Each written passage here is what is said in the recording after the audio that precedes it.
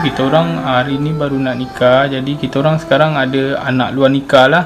Ustaz tu lagi bagi kita orang nasihat kan, supaya jaga anak tu elok-elok walaupun dia anak tak sataraf.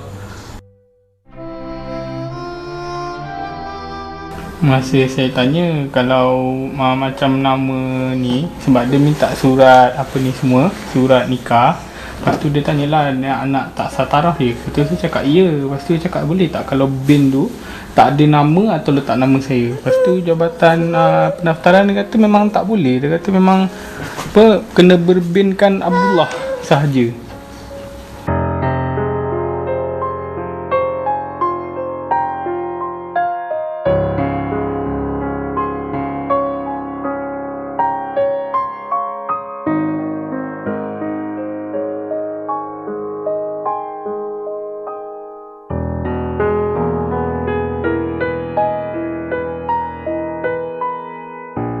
Saya yakin sebenarnya federal tak ada local standby pun tentang soal untuk mensabitkan nasab.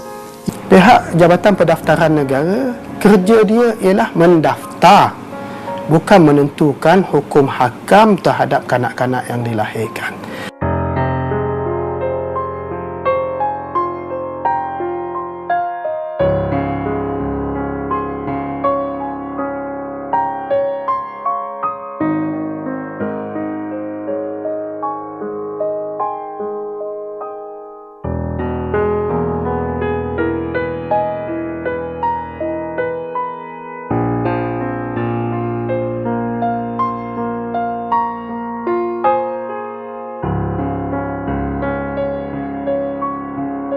Ya, hak menentukan sabitan nasab ia mesti dirujuk kepada fatwa agama negeri-negeri yang ada autoriti di dalam perkara yang seperti ini. Pihak berkuasa agama negeri yang kalaulah berlaku dispute, dialah menentukan anak ini sah ataupun tidak. Bismillahirrahmanirrahim. Saya punya pendapat dari segi hukumnya, ada nas yang mengatakan bahawa anak yang perkahwinan sedemikian, kalau lahir 6 bulan Qamariah atau lebih daripada tarikh perkahwinan tu, anak tu lahir, maka anak tu boleh menjadi sah taraf dari segi hukumnya kepada si lelaki tu. Jika kurang pada itu, maknanya 4 bulan ke atau 2 bulan atau sebulan ke, nak binkan kepada lelaki yang kahwin tu pun boleh, dengan syarat lelaki tu jangan isytihar bahawa itu anak zina dia, kata itu anak dia. Tak apa, boleh. Hukumnya boleh. Orang pendaftaran negara tu sebab ada jiran sebelah dia pun, dia cakap lah ini anak tak sataraf kan. Dia cakap dengan suara nada yang kuat lah. Sebab itu kita orang bagi tahu dulu, senang. Takutlah kita orang pun menimpa segan-segan macam mana dia segan. Kalau sahabat kita buat satu kaipan, kesalahan, benda tu yang tak terdedah, kita cuba sembunyikan. Itu dosa dia dengan Allah Ta'ala, dia dengan Allah Ta'ala ya. Dia mohon ampun ke Allah, terima taubat dia dan sebagainya, itu kita tak tahu. Jadi kita jangan heboh-hebohkan kesalahan dia atau keaiban dia, kita sembunyikan. Dia akan cek tarikh lahir anak dan tarikh perkahwinan orang lah. Setiap kali nak buat surat beranak, dia akan tanya. Sebab itulah saya direct terus bagi tahu supaya kita orang senang nak tanya pasal bin tu lah. Saya harap kerajaan tak adalah nak berbinkan Abdullah walaupun dia anak sataraf. Sebab dia pun tak sepatutnya menanggung segala kesalahan kita, saya dan isteri saya, dan menanggung malu. Dia bukannya salah anak saya, ni semua salah saya dan isteri saya. Kalaulah seorang bapa sanggup berjuang seperti itu untuk mensabitkan nasab anak dia, ya, ini suatu subhanallah, ya, kita lihat suatu rasa rahmah daripada seorang manusia yang kasih kepada anak dia. Kenapa kita putuskan rasa kasih yang diperakui oleh agama? Tentang soal sabitan nasab, ya. Sabitan nasab, ya, diletak dalam bab yang ketiga, hukukul aulad. Antara hak anak itu ialah nasab.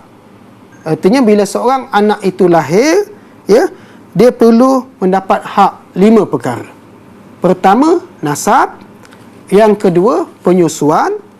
Yang ketiga, hadanah, pemeliharaan. Yang keempat, wilayah, perwalian. yang kelima nafkah. Ya. 5 perkara ini bermula daripada nasab. Sekiranya dinafikan nasab, maka akan ternafi semua perkara yang lain. Ya, akan ternafilah hak penyusuan, ternafilah hak hadanah, ternafilah hak pewalian, ternafilah hak nafkah, dan kalaulah ibu bapa tadi meninggal dunia, ternafilah hak pewarisan. Ya. Artinya kalau kita tidak berlaku adil sebagaimana yang diperintah oleh syarak, kita melanggar hukum Allah Subhanahu wa taala, ya, sebagaimana yang dibawa oleh Syekh Al-Wahbah Az-Zuhaili sewaktu beliau, ya, membincangkan tentang hak nasab ini, ya, beliau membawa ayat Al-Quran, ya, firman Allah Subhanahu wa taala, ud'uuhum liabaihim huwa aqsatu indallah. Ya, panggillah anak-anak itu menurut nama bapa-bapa mereka, dan ialah paling adil di sisi Allah Subhanahu wa taala. Ia adalah perkara yang paling hak yang diputuskan oleh agama. Ya, kita tahu itu bapa dia dan dia mengakui, tiba-tiba kita menafikan hak dia. Sedangkan Al-Quran kata ud'uuhum liabaihim huwa aqsatu indallah. Panggillah mereka menurut nama bapa-bapa mereka. Yakni binkan mereka menurut nama bapa mereka, bintikan mereka menurut bapa mereka. Huwa aqsatu indallah, itu paling adil, paling benar, paling hak di sisi Allah Subhanahu wa taala. Sebab itu suka saya sebut, ya, kalaulah kita ihtiyat dalam soal menafikan nasab orang lain, sepatutnya kita lebih ihtiyat, lebih berhati-hati dalam soal memperakui nasab. Ya. Sebab itu saya berkeyakinan, ya, daruriyat al-khamsah tadi Allah Ta'ala letakkan satu daripadanya ialah soal maruah. Di dalam soal maruah itu membabitkan soal nasab keturunan manusia. Ya. Dan memang seboleh mungkin, ya, atas apa alasan yang sekecil mana sekalipun, kalau kita boleh sabitkan nasab dia menurut perkara-perkara yang telah disebut oleh syarak, dibincang oleh para fuqaha, kita kena cari alasan yang seboleh mungkin untuk mensabitkan nasab berkenaan.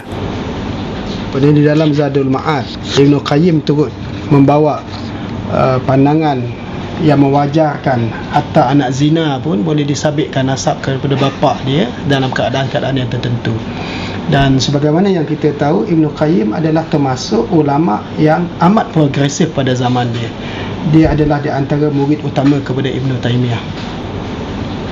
Dalam bab yang kata orang yang bila kita kata orang yang berkahwin walaupun dah dalam keadaan mengandung, kemudian lahir baby, kita katakan itu dia boleh nasabkan yang berkahwin itu, lelaki yang berkahwin dengan perempuan itu, salah menggalakkan perzinaan ataupun persembahan haram. Itu bukan kita galakkan, itu hukumnya. Maknanya pada saya, kita jangan menuduh, menghukum, tapi kita cari solution dia. Harapan saya supaya kerajaan tu janganlah anak yang tak sataraf ni berbing kat Abdullah lah, sebab hari depan dia, sebab nanti dia nak sekolah apa semua, malu kena ejek kawan-kawan kan.